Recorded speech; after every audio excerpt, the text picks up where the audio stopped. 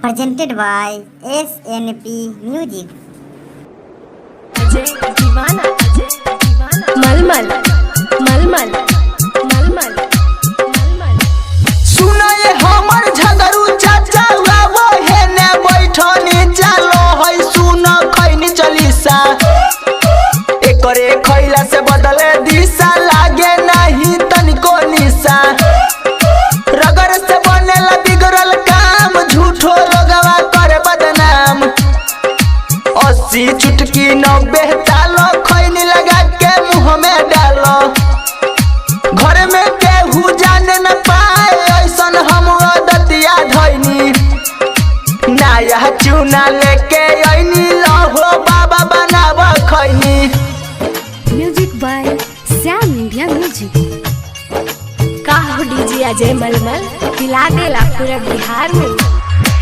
मुंह में डालो कोनो कोना लागी नहीं जादू टोना चाहे सरवाई करोना बाप मतारी जाने नहीं मेहरी कही बाबू सोना खैनी ऐसन चीज हो भैया बिगड़ल काम बनाई देला चाहे केतनो बड़का होखे छोटका से भीख मंगाई देला एकरे खा के देनी परीक्षा पूरा हो गईले मन के इच्छा नया चिनौटी चूना लईनी लहो बाबा बनाव खैनी। अजय दीवाना Shyam India music and recording studio मलमल मलमल मलमल।